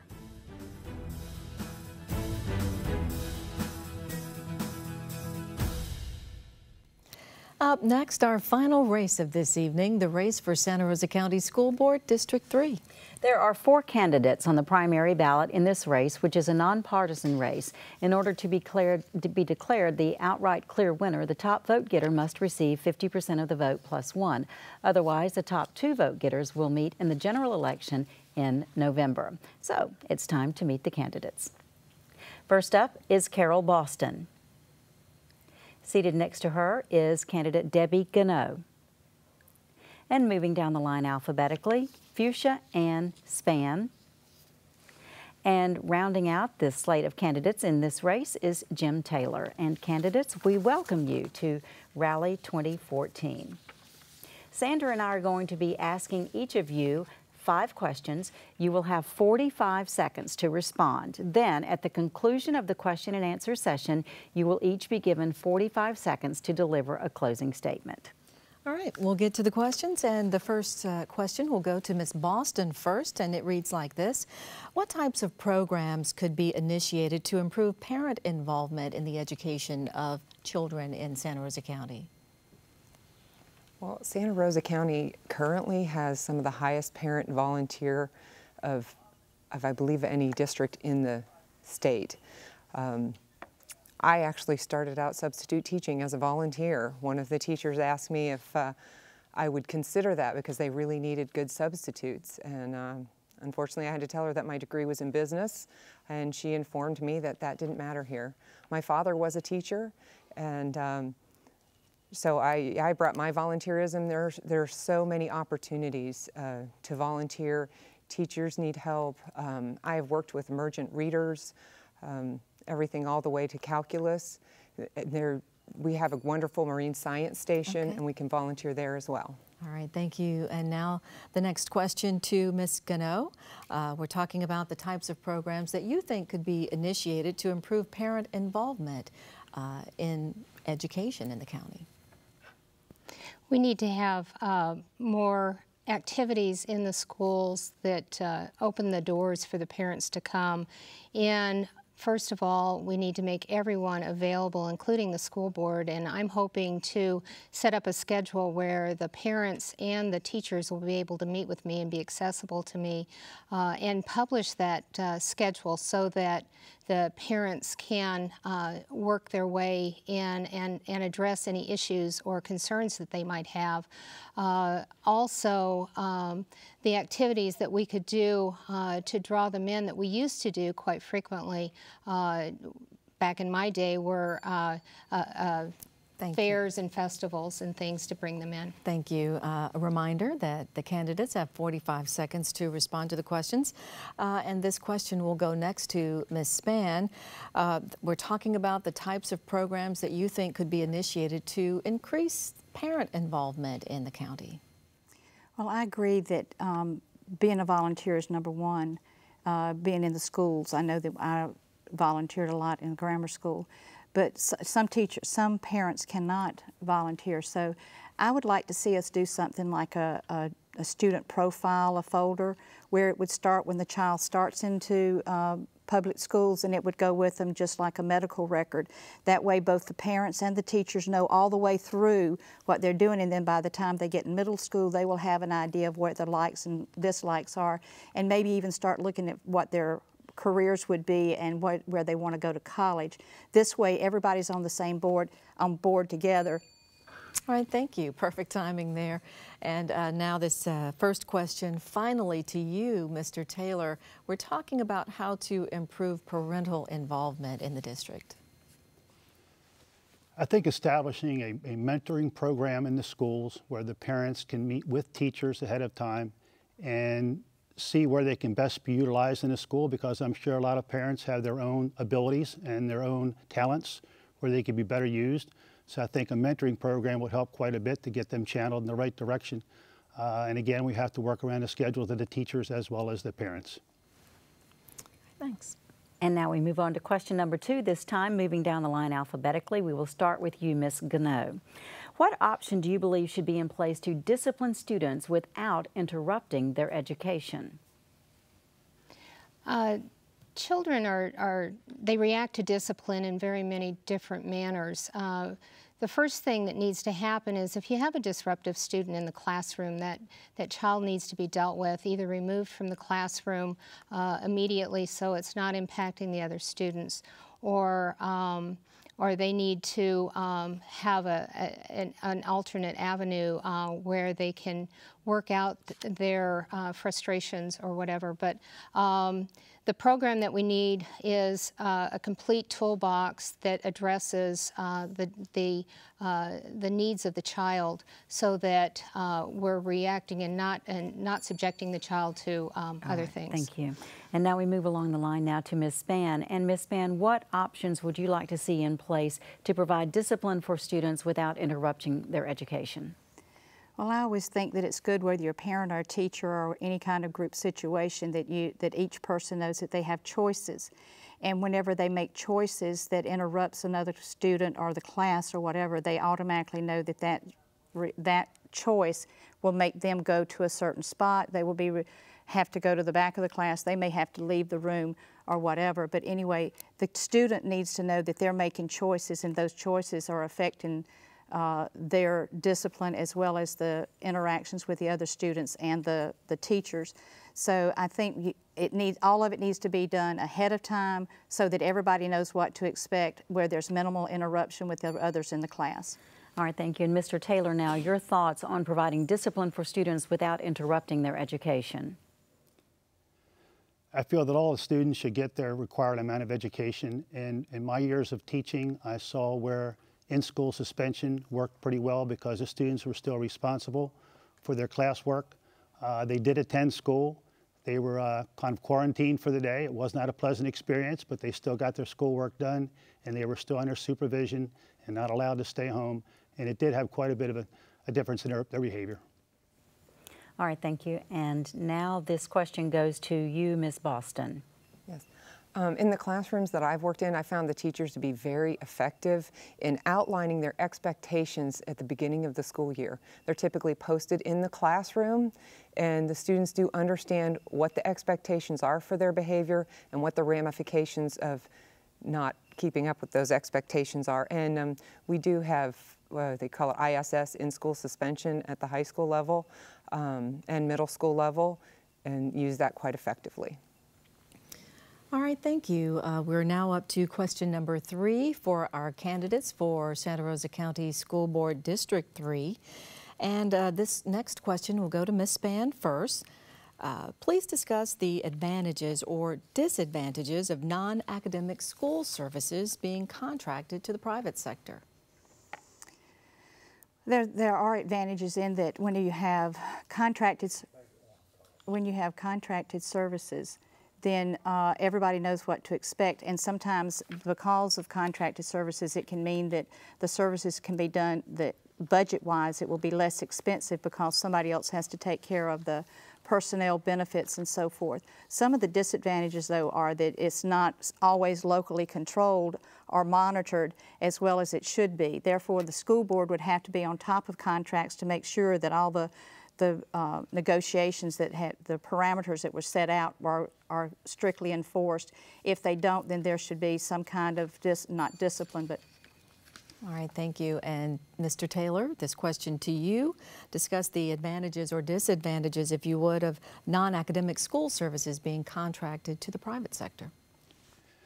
I think when it goes to the private sector, it's going to require a lot more control than it was if it's within the school district itself. Cost is going to become a factor, and between the cost and the control, it's going to be a lot more difficult to manage. Okay, thank you. Next to Ms. Boston, we're talking about the advantages or disadvantages of contracting out to the private sector, some non-academic school services. Yes, we do contract out our janitorial services and our bus services, and I'm sure many others, but the advantages typically are cost. The perception is that it will cost less to use an outside service rather than hiring within and having that staff as part of the budget. But Jack Welch, the former CEO of GE, said that you can tell a lot about an organization by the adjectives they use. Are they a we organization or a they organization? And sometimes when you have a team, that we organization comes out. All right, thank you. And finally, this question will go to Ms. Gano. We'd like to hear your thoughts on the advantages or disadvantages of contracting out non-academic services to the private sector. The advantages are basically that the cost is set by the contract, so you don't have to worry about things changing throughout the year with pay increases or benefits changing. The disadvantages are that the governing agency over that contract could be in a very distant location, and it makes it quite difficult to control that contract, to work with the people that don't work with you. You have no direct control over those people that are under contract, and it does do away with a whole family approach to the education. All right, thanks. And it's time now for question number 4, and this time we will begin with you, Mr. Taylor. In the wake of increased numbers of school shootings across the country, what safety measures would you recommend be put in place to ensure the safety of Santa Rosa County students and staff? Safety in our schools is a very important issue. It's a serious issue and one we need to tend to at all times. There needs to be practice of lockdown drills in schools. There needs to be student as well as teacher awareness of strangers in the building. We have to keep in mind at all times that we have families that have moms and dads overseas protecting our freedom here, and we would hope that they would have their children safe during the daytime when they're in school. All right, thank you. And now the question goes to you, Ms. Boston, and the question is regarding school safety in Santa Rosa County in light of reported increased reports of school shootings across the country. Yes, ma'am. Thank you for that. That's a great question. First of all, you need to have a proportional response to any situation that occurs, and I know we have had a couple of situations in our school system, and they handle them very effectively. And prior to some of the recent incidences, Santa Rosa County did do an assessment of the safety of all their schools and made some changes to situations and door locking and gate locking, that type of thing. And I know we do have a policy specifically at Navarre High School that no hats, and I personally witnessed some students coming simply for a scholarship signing from another school, but they were wearing ball caps, and I was able to address those students and get them to the office. All right, thank you, Ms. Boston. And now the question goes to you, Ms. Gano. Would you like for me to repeat it? No, I haven't. Thank you. All right. First, you need to address the physical safety and security of the facility, the buildings, making sure that you control the entry and exit of the school, and that within the school you have doors that are steel doors that cannot be broken into with controlled bars and locks on the inside so that you can keep the people from coming in. But it's a use of volunteers and teachers and employees who would be willing to go through a strict qualification process to where they could be concealed carry and work as resource officers as our resource officers are drawing down due to financial difficulties. All right, thank you. And finally, this question goes to you, Ms. Spann. Your thoughts on school safety issues in school safety measures in Santa Rosa County? Well, school measures should include having safety drills such as the lockdown drills, as well as preparing students what to do in case of an emergency where something happens where their safety has been compromised. In doing so, there are other things we can do too. For instance, when students and faculty are outside the building, there needs to be a type of communication, whether it's one of those alerts where you can press the button and it automatically goes to the front office, or to the also to the law enforcement. But the schools have to work very closely with law enforcement as well as medical facilities, because sometimes the medical facilities will need to interact because there could be a... All right, thank you very much. Thanks. All right, we are now down to our final question for these candidates, and we're back to the beginning. We'll start with Ms. Boston with this question. The word evolution is now required by state standards in describing change over time. In your opinion, should other concepts such as creationism and intelligent design be included in the classroom? Why or why not? That's a good question. Thank you for that. Well, I believe in developing critical thinking skills. I've been quite successful with my own children. And so as much information as possible and teaching them, I teach my children all the time that you don't need to know the answers to everything. You need to be able to research, find the information, and assess that and make a well-informed, educated decision. So we want to teach our children to do research. There are certain things that need to be taught at home and certain things that need to be taught at school. And I try to teach in many different aspects through Boy Scouting and church youth group. All right, thank you. And next, this question will go to Ms. Gano. We're talking about evolution. In your opinion, should other concepts such as creationism and intelligent design be included in the science classroom? Well, first of all, I think our education should be fact-based, and evolution is a theory. It has not been able to be proven, and thus I think it should be moved into an elective class where creationism, intelligent design, and evolution can be put together in a controlled classroom setting where the students can then assess the different concepts and choose which best fits them. But I do not think that they need to be taught in the science classroom, that it's something that should be addressed elsewhere. All right, this question now to Ms. Spann. Do you think other concepts should be included in the science classroom in addition to evolution? I think we should be open-minded and allow people to be aware of what all is available as far as the education. However, I do think that, again, theories need to be addressed as such as theories, and that you should spend equal time on each one of them. And I do think families have the responsibility to teach their children the way that they need to, and not necessarily the teacher. The other thing, though, is that I do think that there's opportunities for us to teach the Bible as a historical document in high schools, and that's available in the state of Florida, and I'd like to see that done too, because there's a lot more information in the Bible than just what some people consider religious views. All right, thank you. And finally, to you, Mr. Taylor, on evolution and if you think other concepts should be included. Evolution is a concept that applies to our curriculum, and it has for quite some time. Our curriculum has evolved quite a bit over the years.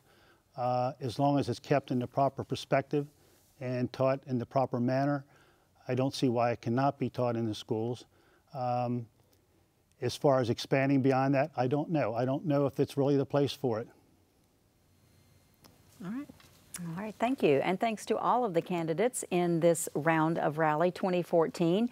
Now each of you will have 45 seconds to make a closing statement.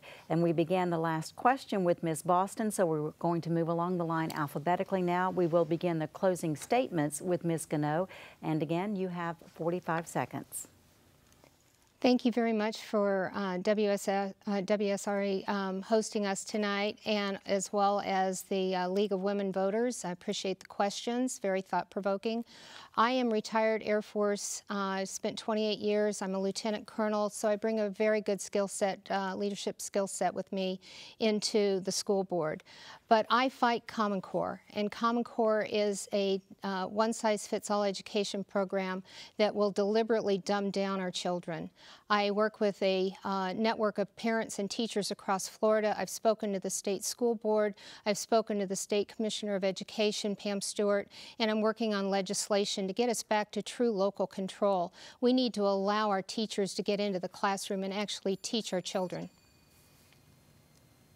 All right, thank you. And now we move along alphabetically in the line of candidates, and we will go to Ms. Spann now for your closing statement. And Ms. Spann, you have 45 seconds. Thank you. I believe that my faith, commitment, and my hands-on experience have prepared me to be the best candidate for county school board. My husband and I have lived in the county for 30 years. Our two sons went to kindergarten at Gulf Breeze and then graduated at Navarre High School.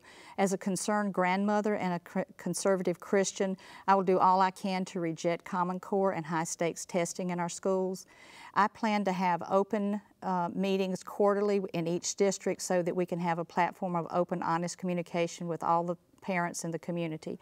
And my experience in developing multi-million-dollar budgets will help us in being able to keep our taxes down too. I feel like my leadership, my dedication. All right, thank you. And finally to Mr. Taylor, or next to Mr. Taylor, your closing statement. I would also like to thank you for inviting me here this evening.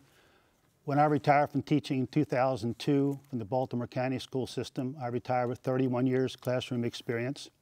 During that period of time, I earned a master's degree in education and 60 college credits beyond that, and also in educational courses.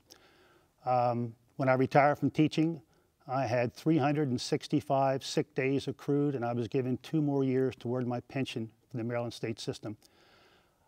Since moving to Navarre in 2003, I've been a real estate agent. I am currently with Century 21 Ivy Realty. I'm also on the board of directors for the Navarre Beach Area Chamber of Commerce. I've been on there for 5 years. I'm currently the chair. I've had the opportunity to work on the education committee. All right, thank you, Mr. Taylor. It was very exciting. All right.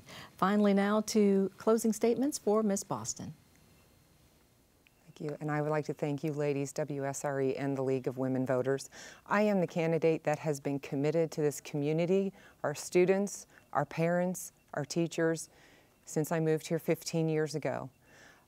I've been teaching, volunteering as I said, a scout leader, committee chair. I was so committed that I was willing to put it out there and run against the incumbent in 2010.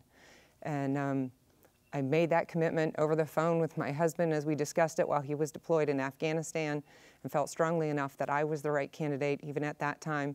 I've maintained my commitment even though I did not win the seat at that time, and I have lived by my life by some words of wisdom spoken often by my mother. Actions speak louder than words. I've been in action, and I would appreciate your vote on the 26th. All right, thank you.